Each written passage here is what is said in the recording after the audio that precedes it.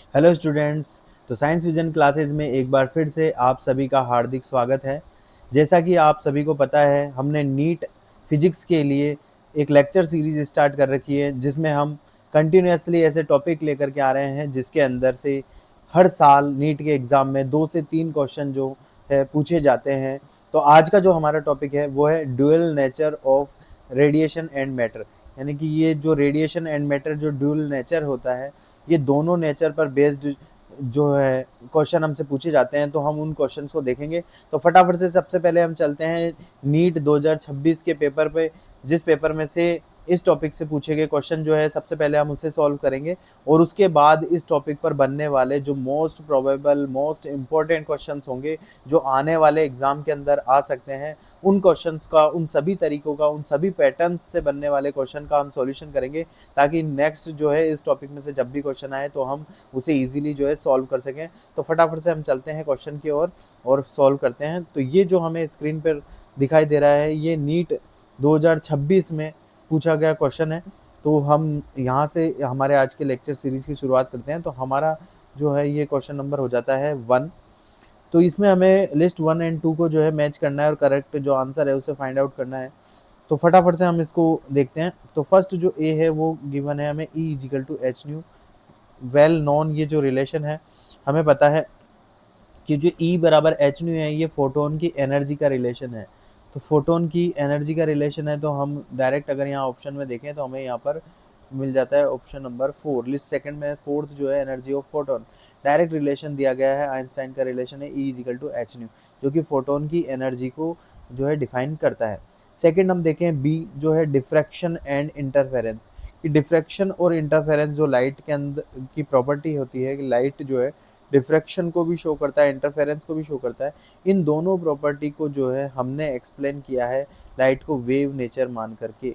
Light को जब wave nature मानते हैं तो वहाँ से हमने डिफ्रैक्शन को शो किया था कि डिफ्रैक्शन में बनने वाले जो पैटर्न होते हैं, जिसमें सेंटर वाली लाइट मिलती है और उसके बाद जो है लो इंटेंसिटी की लाइट्स हमको देखने को मिली थी, इस पूरे पैटर्न को हमने जो है वेव नेचर से एक्सप्लेन किया था। और इंटरफेरेंस जो होता है लाइट का, इंटरफेरेंस होने पर डार्क लाइट का इस तरह का जो पैटर्न हमें देखने को मिलता है, वो भी हमने वेव नेचर से ही शो किया है।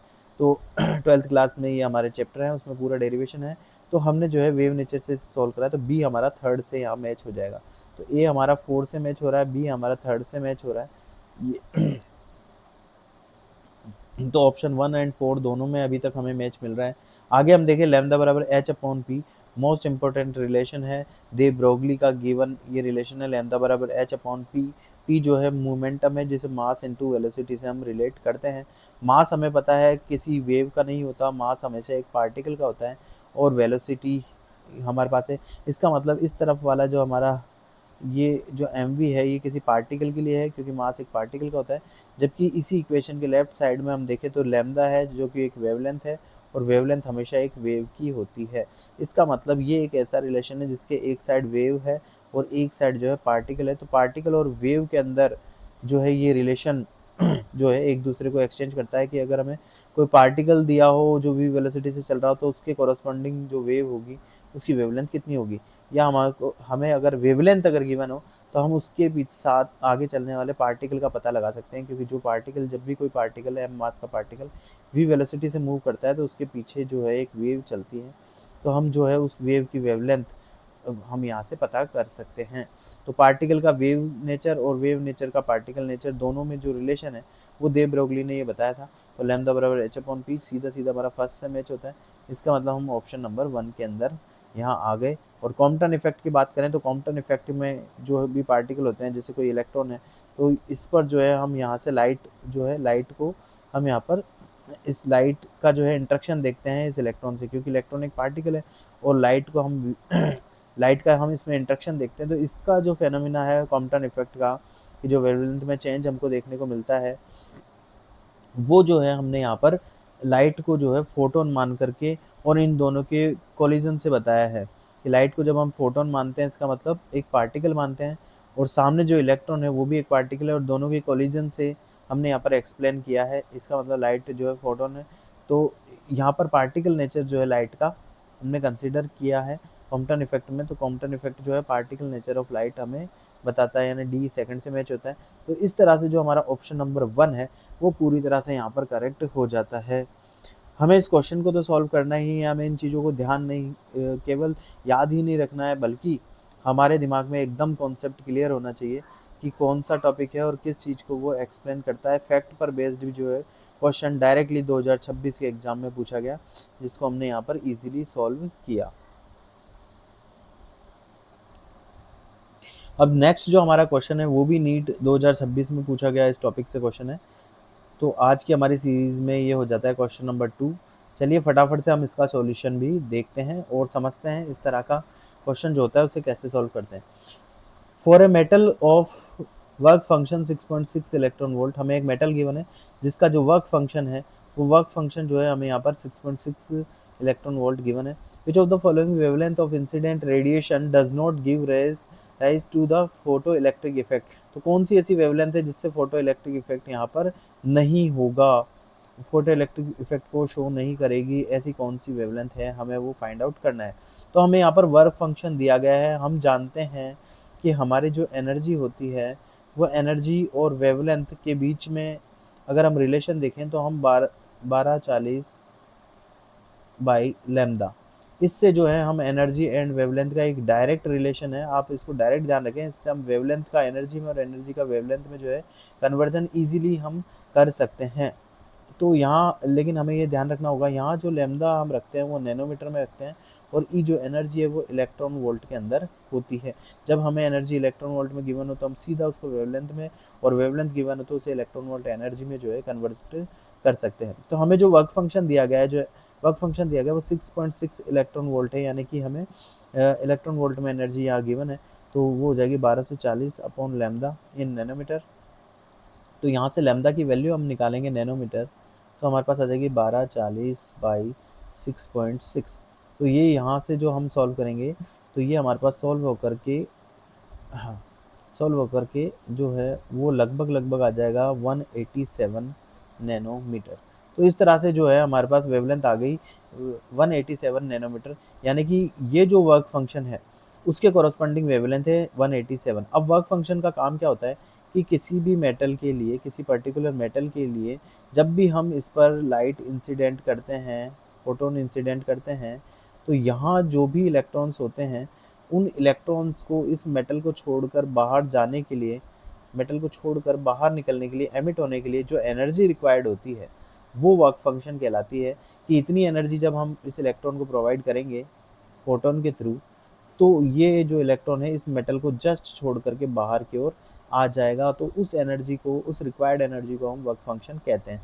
अब इसने वर्क फंक्शन हमें क्वेश्चन में दिया है 6.6 इलेक्ट्रॉन वोल्ट, तो उसके कॉरस्पॉन्डिंग वेवलेंथ आ गई 187 नैनोमीटर, यानी 187 नैनोमीटर की हम वेवलेंथ, इतने वेवलेंथ का फोटोन अगर गिराएंगे तो जो है ये इलेक्ट्रॉन जो है एमिट यहाँ पर हो जाएगा। अब क्या होगा जब हम वेवलेंथ हमारी जो है वो 187 से ज़्यादा की हो, अगर लाइट हम ऐसी गिराएं जिसकी वेवलेंथ 187 नैनोमीटर से ज़्यादा हो तो क्या होगा। तो हमें पता है कि जो एनर्जी होती है वो होती है H nu by C, H nu, या हम कहें न्यू को हम लिखें सी अपॉन लैम्डा, तो एस सी अपॉन लैम्डा। हमें पता है एनर्जी और वेवलेंथ एक दूसरे के एंटी प्रोपोर्शनल होते हैं, कि वेवलेंथ की वैल्यू को हम इंक्रीज़ करेंगे तो एनर्जी जो है डिक्रीज़ हो जाएगी। इसका मतलब अगर हम वेवलेंथ 187 पर, तो फोटो इलेक्ट्रॉन जो है एमिट होगा और फोटो इलेक्ट्रिक इफेक्ट हमें देखने को मिलेगा। लेकिन जब एनर्जी 187 नैनोमीटर से हम इंक्रीज़ कर रहे हैं वेवलेंथ, तो जब हम वेवलेंथ की वैल्यू को इंक्रीज़ करेंगे तो वहाँ जो एनर्जी है उसके कॉरस्पॉन्डिंग वो कम हो जाएगी, और कम एनर्जी का जब फोटोन गिरेगा तो वो यहाँ से इलेक्ट्रॉन को जो है एमिट नहीं कर पाएगा। तो 187 नैनोमीटर से ज़्यादा वाली एनर्जी जो है वो कभी भी इलेक्ट्रॉन को एमिट नहीं कर पाएगी और फोटो इलेक्ट्रिक इफेक्ट यहाँ पर शो नहीं होगा। हम ऑप्शन में देखें तो हमारे पास 200 जो है वो 187 से ज़्यादा है, इसका मतलब इसके लिए वो फोटो इलेक्ट्रिक इफेक्ट जो है वो नहीं होगा। और क्वेश्चन में हमसे यही पूछा है कि किस वेवलेंथ के लिए फोटो इलेक्ट्रिक इफेक्ट जो है एग्जिस्ट नहीं करता, तो ये इस 200 के लिए नहीं करेगा। बाकी जो वेवलेंथ हमें गिवन है, सभी वेवलेंथ जो है 187 से कम है, और वेवलेंथ की वैल्यू अगर कम है तो इनके कॉरस्पॉन्डिंग जो एनर्जी होगी वो ज़्यादा होगी, और फोटोन अगर ज़्यादा एनर्जी का गिरेगा तो वो इस मेटल से जो है इलेक्ट्रॉन को एमिट भी करेगा और बची हुई एनर्जी से काइनेटिक एनर्जी की फॉर्म में वो मूव भी करेगा। तो यहाँ इस क्वेश्चन के अकॉर्डिंग हमारा ऑप्शन जो सी है वो बिल्कुल सही हो जाता है। तो नेक्स्ट हम देखते हैं क्वेश्चन नंबर 3। नेक्स्ट तरीके का जो ये क्वेश्चन है, फटाफट से हम इसका सॉल्यूशन देखते हैं। तो क्वेश्चन है दी Broglie wavelength of an electron orbit in the n bar is equal to 2 state of hydrogen atom के लिए is close to। तो हमें जो दे ब्रोगली वेवलेंथ है वो यहाँ पर जो है फाइंड आउट करनी है। दे ब्रोगली वेवलेंथ को हमें यहाँ फाइंड आउट करनी है। तो वेवलेंथ जब हमें निकालनी है तो हम यहाँ पर, और हाइड्रोजन के लिए निकालनी है वो भी सेकंड स्टेट में के लिए निकालनी है। हम यहाँ पर दे ब्रोगली वेवलेंथ निकालने के लिए जो है बोर का सेकंड पोस्टुलेट है वो हम यहाँ यूज़ कर सकते हैं। M V R equal to जो होता है, जो एंगुलर मोमेंटम है वो h/2 का इंटीजर मल्टीपल होता है। इसका मतलब NH/2 के बराबर होता है। ये वेल नोन रिलेशन है। इसको सॉल्व करके हम यहाँ से जो है r की वैल्यू को फाइंड आउट, मतलब n जो है वेवलेंथ लैम्डा की जो वैल्यू है उसे हम यहाँ पर फाइंड आउट यहाँ से कर सकते हैं। अब हम यहाँ पर लैम्डा कैसे लेकर के आएंगे, तो जो है हमारे पास है, इसको हम थोड़ा सॉल्व करें तो रिजोल्व करें तो ये r इजिकल टू हमारे पास आ जाएगा n/2 इंटू h अपॉन यहाँ आ गया mv। अब h/mv because we know that lambda equal to होता है h/mv या p। तो यहाँ h/mv जो है उसकी जगह पर जो है हम यहाँ से लैम्डा पुट कर सकते हैं। तो हमारे पास ये आ जाएगा 2πr बराबर n लैम्डा। तो इस तरह से जो है हमने सिंपल जो लैम्डा की वैल्यू हमें फाइंड आउट करनी है दे ब्रोगली वेवलेंथ, और दे ब्रोगली वेवलेंथ इजिकल टू थे h/mv। लेकिन हमें यहाँ पर पार्टिकल का मास और वेलोसिटी गिवन नहीं है, तो हम इसको वेव नेचर के अंदर अकॉर्डिंग सॉल्व करेंगे। तो हमने बोर का सेकंड पोस्टुलेट यूज़ किया और वहाँ से एक रिलेशन हम यहाँ पर निकाल लिया हमने। तो हमारे पास आ गया 2 इंटू पाई की वैल्यू 22/7 इंटू आर जो रेडियस है इस ऑर्बिट की। तो सेकंड ऑर्बिट की जो है हमें रेडियस यहाँ पता करनी होगी, n बराबर 2 के लिए रेडियस हमें पता करनी होगी। तो रेडियस की value equal to n number of orbit, तो ये सेकंड है हमारे पास तो 2 आ जाएगा। और लैम्डा जो है वो हमें यहाँ पर फाइंड आउट करनी है। तो हमें केवल और केवल यहाँ r की वैल्यू अगर पता चली जाए तो हम इसके लिए इजीली सॉल्व कर सकते हैं। अब सेकंड स्टेट की बात कर रहे हैं, रेडियस हमें निकालनी है। तो रेडियस जो nth स्टेट की होती है हमें पता है उसकी वैल्यू होती है a0 n² अपॉन z। लेकिन यहाँ हाइड्रोजन एटम के लिए बात कर रहे हैं तो z की वैल्यू 1 होगी। तो a0 n² से जो हम रेडियस यहाँ फाइंड कर सकते हैं। तो सेकंड स्टेट की जब हमें रेडियस निकालनी है n बराबर 2 के लिए, तो n की वैल्यू को हम सिंपली यहाँ 2 पुट कर दें। a0 जो कांस्टेंट है उसकी वैल्यू हमें गिवन है, और वैसे हमें ये ध्यान भी रखनी है 0.052 नैनोमीटर इंटू n² n2 का स्क्वायर, ये हमारे नैनोमीटर में होगा। तो ये जो हमारे पास 2 का स्क्वायर 4 हो जाएगा, 4 से इसको मल्टीप्लाई करेंगे तो हमारे पास जो है 0.208 नैनोमीटर में जो है रेडियस हमारे पास आ जाएगी सेकंड स्टेट के लिए। इस रेडियस की वैल्यू को हम यहाँ पर पुट कर देंगे। तो और बाकी जो है हम सारी मैथमेटिक्स, हम इसका कैलकुलेशन हमें करना है। 2 इंटू 22/7 इंटू रेडियस आगे 0.208 इन नैनोमीटर, और ये 2 जो यहाँ है इससे भी ये डिवाइड हो जाएगा। तो ये जो आंसर इन नैनोमीटर है तो यहाँ हम नैनोमीटर ले लें। तो लैम्डा की जो वैल्यू है इसको हम पूरा जब सॉल्व करेंगे तो वहाँ से हमारे पास जो लैम्डा की वैल्यू है वो सॉल्व होकर 0.67 आ जाएगी। आप इसको सिंपली सॉल्व कर सकते हैं। तो नैनोमीटर ये जो है वेवलेंथ हमारे पास निकल करके आ जाएगी। तो इस तरह से जो ऑप्शन डी है वो हमारे यहाँ पर करेक्ट हो जाएगा। तो हमें जो है सिंपली हम इसका क्वेश्चन का सोल्यूशन कर लेंगे। स्टार्टिंग में जो चीज़ हमसे पूछी गई है, सबसे पहले ज़रूरत है हमें वो दे ब्रोगली वेवलेंथ के लिए जो रिलेशन होता है h/mv का, तो वहाँ से हम इसको सॉल्व करना स्टार्ट करेंगे। अब हमारे पास मास और वेलोसिटी का कोई भी टर्म यहाँ गिवन नहीं है, तो फिर हम इस मास वेलोसिटी जो mv है उसको कन्वर्ट करेंगे। तो यहाँ पर सिंपल हाइड्रोजन स्पेक्ट्रम में सेकंड स्टेट की बात है, तो यहाँ पर जो कि न्यूक्लियस के अराउंड जो है सेकंड स्टेट की बात ये कर रहा है। तो यहाँ बोर पोस्टुलेट का हमने सिंपली यूज़ करा, और वहाँ से जो है यहाँ पर इन दोनों इक्वेशन को सॉल्व करके रिजोल्व करके और जो है हम किसी भी तरीके से जो है सॉल्यूशन करके हम लैम्डा की वैल्यू यहाँ पर फाइंड कर लेंगे। सिंपल कैलकुलेशन है, मैथमेटिकल पोर्शन है। स्टार्टिंग में हम कॉन्सेप्ट अगर सही अप्लाई कर देंगे तो जो है इजीली इसका सॉल्यूशन हो जाएगा। तो नेक्स्ट जो है हमारे है क्वेश्चन नंबर 4। इस क्वेश्चन का अब हम सॉल्यूशन देखते हैं, साथ ही इसके जो कॉन्सेप्ट होंगे उसे भी हम यहाँ समझेंगे। क्वेश्चन है which of the following option represent the variation of photo electric current with property of light shown on the x axis. तो हमें यहाँ बताना है कि कौन सा जो फिगर है वो करेक्ट है। तो फर्स्ट हम देखते हैं फोटो इलेक्ट्रिक करंट और इंटेंसिटी में हमको रिलेशन दिया गया है। फोटो इलेक्ट्रिक इफेक्ट पर बेस्ड जो है ये हमें ग्राफ जो है यहाँ पर शो किए गए हैं।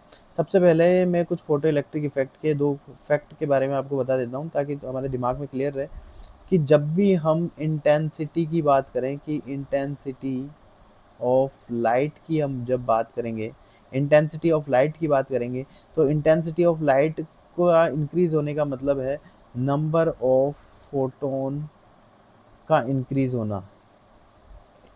इंटेंसिटी ऑफ लाइट जब हम इंक्रीज करेंगे, लाइट की इंटेंसिटी बढ़ाते हैं, इसका मतलब वहाँ पर जो फोटोन है उनकी नंबर ऑफ फोटोन जो है इंक्रीज होते हैं। और जब लाइट की इंटेंसिटी को हम डाउन करते हैं, इंटेंसिटी का मतलब हो गया अगर हम 10 वाट का बल्ब यूज़ कर रहे हैं उसकी इंटेंसिटी एज कम्पेयर टू 20 वाट कम है, 20 वाट की इंटेंसिटी ज़्यादा है। ऐसे 30 वाट का बल्ब यूज़ करेंगे, इलेक्ट्रिक बल्ब यूज़ करेंगे तो उसकी इंटेंसिटी और भी ज़्यादा है। तो जैसे जैसे हम यहाँ पर नंबर ऑफ वाट बढ़ा रहे हैं, लाइट की इंटेंसिटी बढ़ा रहे हैं, वैसे वैसे यहाँ पर हमें जो इंक्रीज हो रहा है वो नंबर ऑफ फोटोन इंक्रीज हो रहा है। एक एग्जांपल के लिए अगर 10 वाट के बल्ब से अगर 10 फोटोन जो है एमिट होते हैं तो 20 वाट के बल्ब से 20 फोटोन जो है एमिट होते हैं और 30 वाट के बल्ब से 30 फोटोन जो है एमिट होते हैं। तो इंटेंसिटी बढ़ाने का मतलब होता है नंबर ऑफ फोटोन का इंक्रीज होना। पहला फैक्ट हम ये ध्यान में रखेंगे। दूसरी बात कि फ्रीक्वेंसी को जब हम इंक्रीज करते हैं लाइट की जब हम फ्रीक्वेंसी को इन फ्रीक्वेंसी किसको रिप्रेजेंट करती है, तो हमें पता है कि लाइट एक फोटोन की तरह बिहेव करती है और उसकी energy E equal to H नहीं होती है। जहाँ पर न्यू जो है फ्रीक्वेंसी है उसका सीधा सीधा रिलेशन एनर्जी से होता है। तो जब हम फ्रीक्वेंसी को इंक्रीज करेंगे या डिक्रीज करेंगे तो हम जो है, क्योंकि लाइट का मतलब फोटोन है, तो हम एक तरह से फोटोन की जो एनर्जी है, फोटोन की energy energy of photon photon की जो है एनर्जी को चेंज करेंगे। तो हम जब फ्रीक्वेंसी को चेंज करेंगे तो फोटोन की एनर्जी जो है चेंज होगी। अगर हम फोटोन अगर हम लाइट की फ्रीक्वेंसी को बढ़ा रहे हैं, इंक्रीज कर रहे हैं, तो एक तरह से हम यहाँ पर फोटोन की जो एनर्जी है उसको हम इंक्रीज कर रहे हैं। अगर हम लाइट की फ्रीक्वेंसी को कम करेंगे, इसका मतलब हम फोटोन की एनर्जी को कम कर रहे हैं। फ्रीक्वेंसी का मतलब क्या होता है? फ्रीक्वेंसी का मतलब होता है कलर, लाइट का कलर चेंज करना। अगर हम बल्ब हमारे पास एक ही वोट का 10 वोट का, तो इंटेंसिटी को हमने फिक्स रखा, लेकिन 10 वोट का ही अगर हम कोई ग्रीन बल्ब काम में ले रहे हैं या 10 वोट का ही हम ब्लू जो है बल्ब काम में ले रहे हैं या 10 वोट का ही हम रेड बल्ब काम में ले रहे हैं, अलग अलग कलर यानी अलग अलग वेवलेंथ और अलग अलग फ्रीक्वेंसी। तो इस तरह से वोट सेम है, इंटेंसिटी सेम है, लेकिन इनके जो कलर है वो चेंज होने की वजह से इसकी फ्रीक्वेंसी चेंज हो रही है। और फ्रीक्वेंसी जब चेंज होगी तो फ्रीक्वेंसी अगर इंक्रीज होती है तो फोटोन की एनर्जी इंक्रीज होगी, और फ्रीक्वेंसी डिक्रीज होती है तो फोटोन की जो है एनर्जी भी डिक्रीज होगी। और अगर हम बात करें वेवलेंथ की कि वेवलेंथ से क्या इफेक्ट पड़ता है, तो वेवलेंथ की जब हम बात करें तो ये भी फोटोन की एनर्जी को ही डिफाइन करता है, फोटोन की एनर्जी को डिफाइन करता है। यहाँ से भी वेवलेंथ चेंज करना मतलब कलर को चेंज करना। यहाँ पर भी बल्ब जिस वाट का हमने लिया है सेम वही रहेगा, इंटेंसिटी वही रहेगी, फोटोन की संख्या वही रहेगी, नंबर ऑफ फोटोन वही रहेंगे, लेकिन बल्ब का जो ग्रीन, ब्लू, रेड, वाइट अलग अलग जो कलर है वो सब होने की वजह से इसकी वेवलेंथ जो है अलग अलग होगी। और वेवलेंथ और एनर्जी का रिलेशन हमें पता है, न्यू को हम लिख सकते हैं सी अपॉन लैम्डा, एक दूसरे के एंटी प्रोपोर्शनल होता है। इसका मतलब वेवलेंथ अगर हम इंक्रीज करेंगे तो फोटोन की जो है एनर्जी डिक्रीज होगी, और वेवलेंथ को डिक्रीज करेंगे तो फोटोन की जो एनर्जी है वो इंक्रीज होगी। केवल इतना कॉन्सेप्ट, बेसिकली 2 कॉन्सेप्ट जो है, एक तो लाइट इंटेंसिटी बढ़ाने का मतलब नंबर ऑफ फोटोन इंक्रीज करना, और फ्रिक्वेंसी बढ़ाने का मतलब एनर्जी को इंक्रीज करना। अगर हम ये 2 बातें ध्यान में रखते हैं, इंटेंसिटी का मतलब वोट चेंज करना होता है बल्ब का, फ्रीक्वेंसी का मतलब कलर चेंज करना होता है, वेवलेंथ का मतलब भी कलर चेंज करना ही होता है। अब इन कॉन्सेप्ट को देखें हम फोटो इलेक्ट्रिक इफेक्ट के, तो हम यहाँ ग्राफ को इजीली सॉल्व कर पाएंगे। फर्स्ट ग्राफ हमें कह रहा है कि फोटो इलेक्ट्रिक करंट जो है इंटेंसिटी पर कैसे जो है इंटेंसिटी के अकॉर्डिंग कैसे चेंज होता है। तो अगर हम लाइट की इंटेंसिटी ऑफ लाइट जैसे जैसे इंक्रीज करेंगे, तो हमें पता है कि हमने नंबर ऑफ फोटोन जो है यहाँ पर इंक्रीज करे हैं। फोटो इलेक्ट्रिक इफेक्ट में एक वैक्यूम ट्यूब होती है और यहाँ पर हमारे जो है एक कैथोड और एक एनोड लगा होता है। यहाँ पर जो है हम जो है लाइट, यहाँ पर जो है हम लाइट इस जो प्लेट के ऊपर जो है गिराते हैं। तो इंसिडेंट करते हैं। तो लाइट जब इस प्लेट के ऊपर इंसिडेंट होती है तो हमने यहाँ पर क्या चेंज करा है, इंटेंसिटी ऑफ लाइट चेंज करा है। लाइट की इंटेंसिटी चेंज करने का मतलब हमने क्या चेंज करा है, हमने नंबर ऑफ फोटोन को चेंज करा है। और हम इस ग्राफ में देख रहे हैं जैसे जैसे हम एक्स एक्सिस पर आगे की ओर जाएंगे वैसे वैसे जो है इंटेंसिटी ऑफ लाइट इंक्रीज हो रही है। इसका मतलब नंबर ऑफ फोटोन हमने इंक्रीज करा है, यानी कि इस प्लेट पर गिरने वाले फोटोन की जो संख्या है वो हमने इंक्रीज करी है। और जितने ज़्यादा फोटोन इस पर गिरेंगे तो यहाँ से निकलने वाले इलेक्ट्रॉनों की जो संख्या होगी वो भी ज़्यादा होगी। और जितने ज़्यादा इलेक्ट्रॉन यहाँ से निकलेंगे उतने ज़्यादा इलेक्ट्रॉन जो है सेकंड प्लेट पर पहुँचेंगे और उसकी वजह से बनने वाला जो फोटो इलेक्ट्रिक करंट है वो भी ज़्यादा होगा। तो फोटो इलेक्ट्रिक करंट जो है वो भी कंटिन्यूसली इंक्रीज होगा। तो ये ग्राफ जो हमें रिप्रेजेंट कर रहा है कि इंटेंसिटी बढ़ाने पर फोटो इलेक्ट्रिक करंट जो है वो भी इंक्रीज होता है। तो ये ग्राफ जो है बिल्कुल सही सही ग्राफ हमारे हो जाता है। नेक्स्ट हम देखें कि नेक्स्ट ग्राफ दे रखा है कि इंटेंसिटी ऑफ लाइट जैसे जैसे इंक्रीज करेंगे तो फोटो इलेक्ट्रिक करंट जो है वो कांस्टेंट बना रहेगा। तो ऐसा बिल्कुल नहीं है, क्योंकि इंटेंसिटी बढ़ाएंगे तो नंबर ऑफ फोटोन जो है वो चेंज होंगे और जब गिरने वाले फोटोन ही चेंज हो जाएंगे। पहले 10 फोटोन गिर रहे थे तो 10 इलेक्ट्रॉन निकल रहे थे, अभी 20 फोटोन गिरेंगे तो निकलने वाले इलेक्ट्रॉन भी 20 होंगे, तो ज़्यादा इलेक्ट्रॉन जाएंगे, करंट भी ज़्यादा होगा, तो करंट कांस्टेंट नहीं रहेगा। तो ये ग्राफ बिल्कुल हमारे गलत हो जाता है, इनकरेक्ट हो जाता है। सी हम देखें, अब ये फ्रीक्वेंसी के साथ हमें ग्राफ दिया हुआ है कि फ्रीक्वेंसी ऑफ लाइट अगर इंक्रीज की जाए तो जब हम फ्रीक्वेंसी इंक्रीज करते हैं, हमने वॉट चेंज नहीं किया है। सेकंड ऑप्शन में हम देखें हमारे पास वॉट वही है, उतने ही वॉट का बल्ब यानी इंटेंसिटी सेम है, केवल हमने कलर उसका चेंज करा है। तो कलर चेंज करने से, फ्रीक्वेंसी चेंज करने से फोटोन की एनर्जी जो है वो चेंज होगी, ना कि फोटो इलेक्ट्रिक करंट। तो फोटो इलेक्ट्रिक करंट किस वजह से बनता है कि कितने फोटोन जो है यहाँ से चल रहे हैं। जब बल्ब 10 वाट का ही है, अगर उससे 10 ये हमने एग्जांपल के लिए लिया है कि 10 वाट के बल्ब से जो है 10 फोटोन जो है निकल रहे हैं। ऐसा नहीं है, नंबर ऑफ फोटोन बहुत ज़्यादा होते हैं, लेकिन सिंपल हमने एग्जांपल के लिए लिया है। अगर 10 वाट के बल्ब से 10 जो है फोटोन निकल रहे हैं, तो अगर हम उसकी फ्रीक्वेंसी चेंज करेंगे तो नंबर ऑफ फोटोन तो 10 ही रहेंगे, बस उनकी एनर्जी जो है ज़्यादा इंक्रीज हो जाएगी। पहले वो कम वेलोसिटी से चल रहे थे, अब वो ज़्यादा वेलोसिटी से चलेंगे, लेकिन फोटोन जो जो इलेक्ट्रॉन निकलेंगे, एमिट होंगे, वो नंबर ऑफ इलेक्ट्रॉन तो उतने ही रहेंगे। तो उसकी वजह से जो करंट बनेगा वो उतना ही रहेगा। तो करंट की वैल्यू जो है वो कांस्टेंट रहेगी। ये ग्राफ जो है इस तरह से आना चाहिए कि फ्रीक्वेंसी चेंज करने से करंट पर कोई इफेक्ट नहीं आएगा, करंट जो है कांस्टेंट होना चाहिए। लेकिन ये ग्राफ ऐसा दिया हुआ है तो हमारे ये ग्राफ जो है गलत हो जाता है। अब हम डी की बात करें तो ये भी फ्रीक्वेंसी का ग्राफ है कि फ्रीक्वेंसी के साथ फोटो इलेक्ट्रिक करंट इंक्रीज हो रहा है, जबकि हमने देखा फ्रीक्वेंसी के साथ फोटो इलेक्ट्रिक करंट तो कांस्टेंट रहेगा, फ्रीक्वेंसी का कोई इफेक्ट इसमें नहीं आना चाहिए। तो ये भी हमारे गलत हो जाता है। फ्रीक्वेंसी और वेवलेंथ अगर हम दोनों ही देखें तो दोनों का इफेक्ट फोटो इलेक्ट्रिक करंट पर बिल्कुल नहीं आएगा। ये फोटो इलेक्ट्रिक करंट जो है एक बार अगर फोटोन गिरने से अगर इलेक्ट्रॉन एमिट हो रहे हैं तो नंबर ऑफ इलेक्ट्रॉन उतने ही रहने की वजह से फोटो इलेक्ट्रिक करंट जो है कांस्टेंट होना चाहिए। जब तो ये दोनों ग्राफ हमारे गलत हो जाते हैं। इस तरह से जो है हमारे ऑप्शन ए यहाँ पर करेक्ट हो जाता है, जो हमें 1 के अंदर यहाँ पर मिल रहा है। अब हम देखते हैं नेक्स्ट क्वेश्चन, जो कि हमारा क्वेश्चन नंबर 5। वो गिवन है an electron and an alpha particle. हमारे पास दो particle are accelerated by the same potential difference, जिनको दोनों को सेम पोटेंशियल डिफरेंस से जो है एक्सेलरेट किया गया है। हमें पता है जब भी किसी चार्ज पार्टिकल को, अगर कोई क्यू चार्ज पार्टिकल है, एम जिसका मास है, उसको वी पोटेंशियल से एक्सेलरेट किया जाए तो उसकी जो वेवलेंथ होगी, वो वेवलेंथ जो होती है वो डायरेक्टली हम इस रिलेशन से लिख सकते हैं एच अपॉन रूट में 2m/q_v। इस रिलेशन से हम जो चलने वाला पार्टिकल है उसके पीछे साथ चलने वाली वेवलेंथ लैम्डा की जो वैल्यू है फाइंड आउट कर सकते हैं।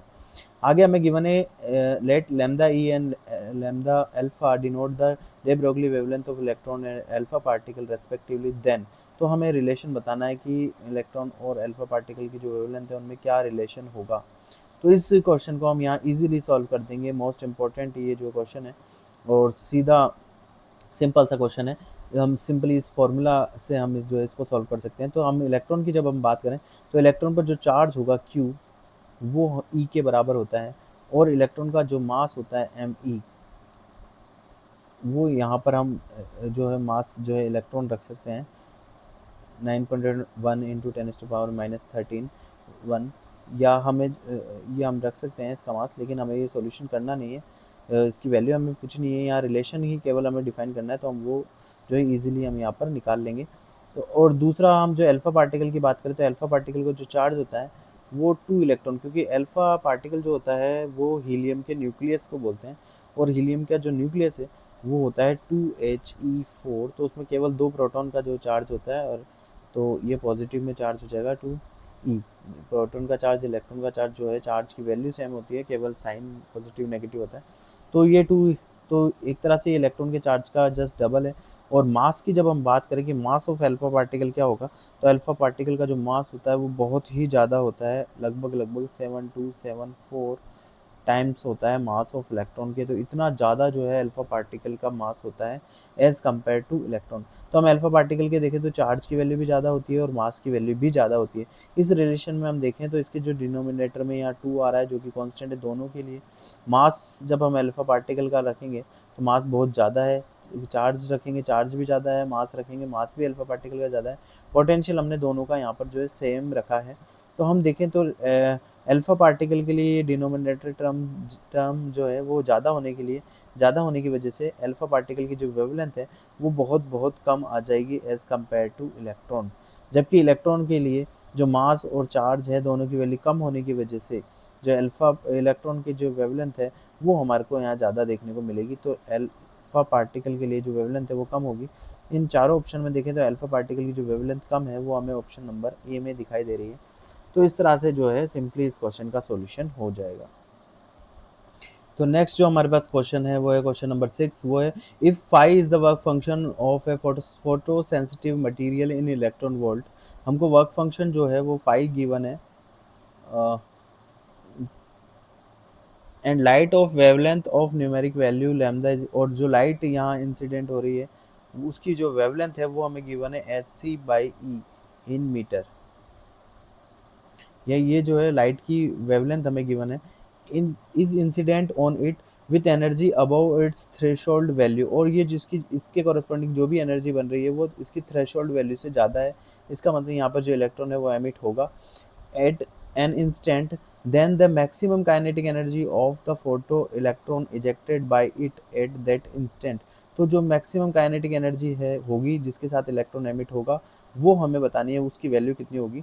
तो यहाँ सिंपल हम फोटो आइंस्टाइन जो इक्वेशन है, आइंस्टाइन की फोटो इलेक्ट्रिक इक्वेशन है, उसे हम यूज़ में लें तो फोटो इलेक्ट्रिक इक्वेशन जो होती है आइंस्टाइन की वो हमें बताए कि वो होती है कि जितनी एनर्जी हम किसी भी मेटल सरफेस पर जो है इंसिडेंट करते हैं वो दो काम करती है। अगर ये जैसे हम इसे समझें, ये हमारे पास कोई मेटल सरफेस है, इस पर हम जो भी लाइट गिराएंगे, जो भी फोटोन या इंसिडेंट करेंगे, वो फोटोन जो है दो काम करता है। पहला काम, इस इलेक्ट्रॉन को जो कि मेटल की सरफेस के अंदर था उसे इस मेटल सरफेस से बाहर निकालने का।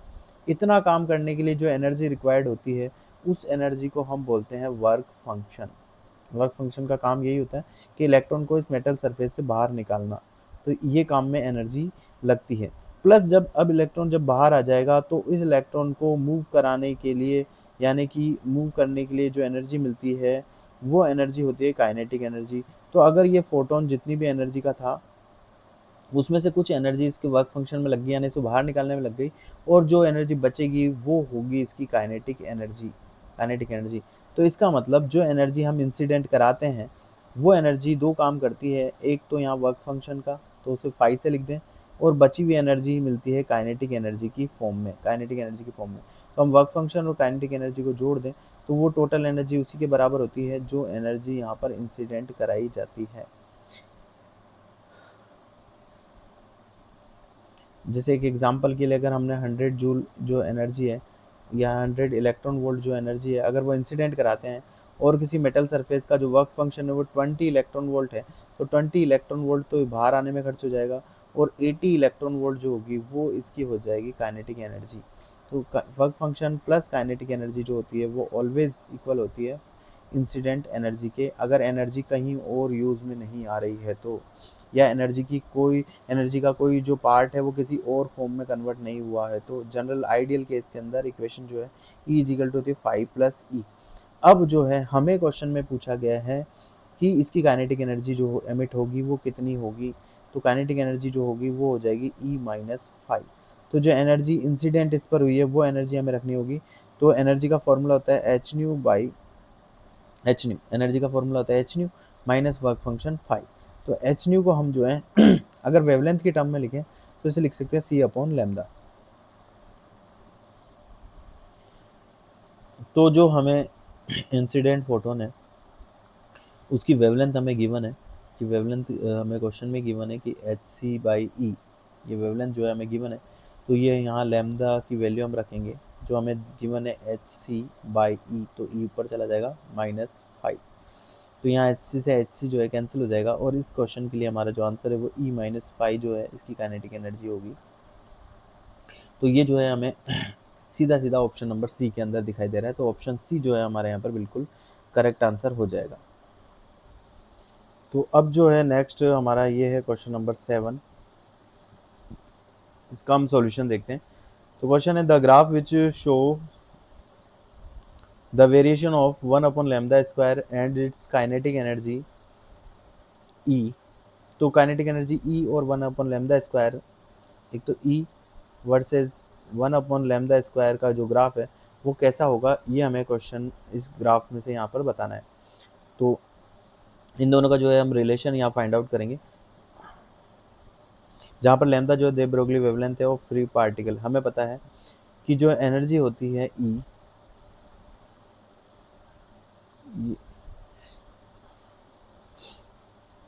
यहाँ ई और लैम्डा का हमें रिलेशन निकालना है, दे ब्रोगली वेवलेंथ है यहाँ पर।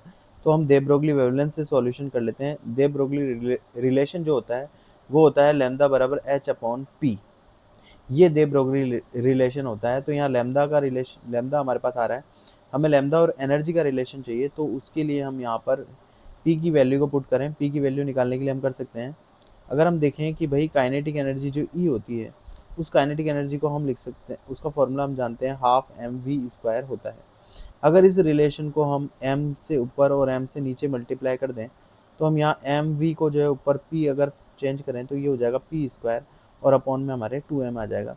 तो यहाँ से अगर हम देखें कि p की वैल्यू को देखें मोमेंटम, तो वो हो जाएगा 2me और p से जो स्क्वायर हटेगा तो इस तरफ आ जाएगा रूट। तो इस तरह से जो ये p की रिलेशन है, p मोमेंटम हमने निकाला इन टर्म्स ऑफ एनर्जी। अगर ये वैल्यू हम p की पुट कर देते हैं यहाँ पर तो हमारी जो इक्वेशन हो जाती है लैम्डा बराबर h/p की जगह रख दें रूट में 2me। तो इस तरह से हम इस दोनों साइड अगर इसका स्क्वायर करें तो हमको मिल जाएगा λ² = h²/2me।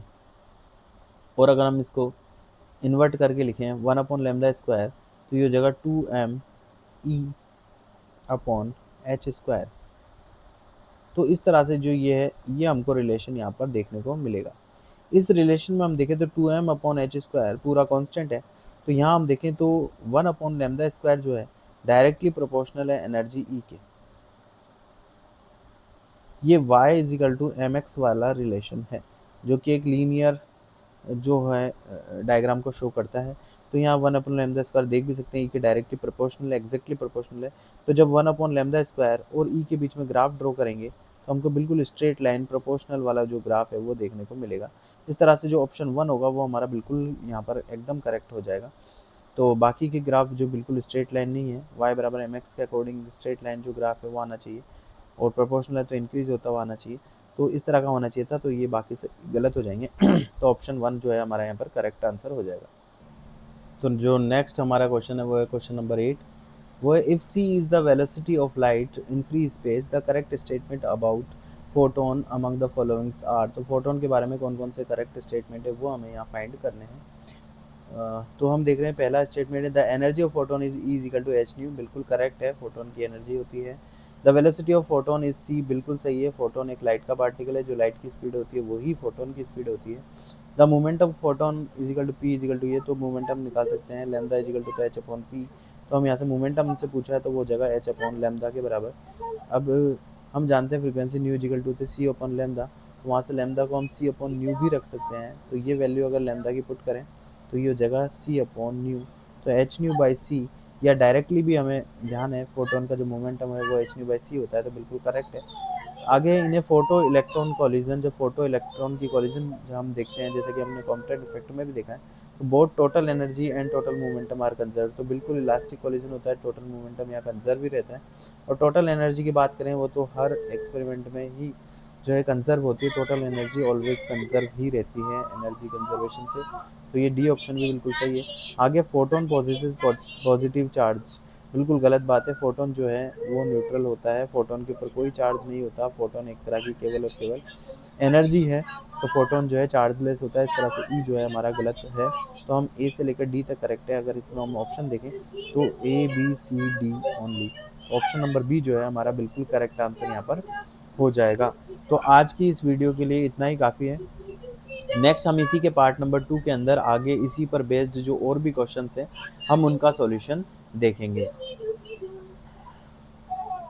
इसकी जो पीडीएफ वगैरह होगी वो मैं अपने टेलीग्राम चैनल पर, जो कि लिंक हमेशा डिस्क्रिप्शन में है, तो उस पर मैं हमेशा दे दिया करूँगा, ताकि इसी पीडीएफ को देख करके आप वहाँ से भी जो है इसका सॉल्यूशन और प्रैक्टिस जो है आगे कर सकते हैं। और इस पर जब भी डाउट हो, कोई और भी क्वेश्चन जो सॉल्व करने हो कोई टॉपिक पर, तो उसके बारे में जब आप लोग कमेंट्स करेंगे तो मैं उस पर भी जो है वीडियो जो है बना करके और पूरी कोशिश करूँगा, ताकि इसके जो कॉन्सेप्ट हैं वो हमारे फिजिक्स के क्लियर हो सकें। और जब हमारे कॉन्सेप्ट क्लियर होते जाएंगे, इन क्वेश्चनों के प्रति हमारी समझ जो है वो डेवलप होती जाएगी, तो हम इस पर बेस्ड जो नए क्वेश्चन होंगे उनका भी जो है सॉल्यूशन कर पाएंगे।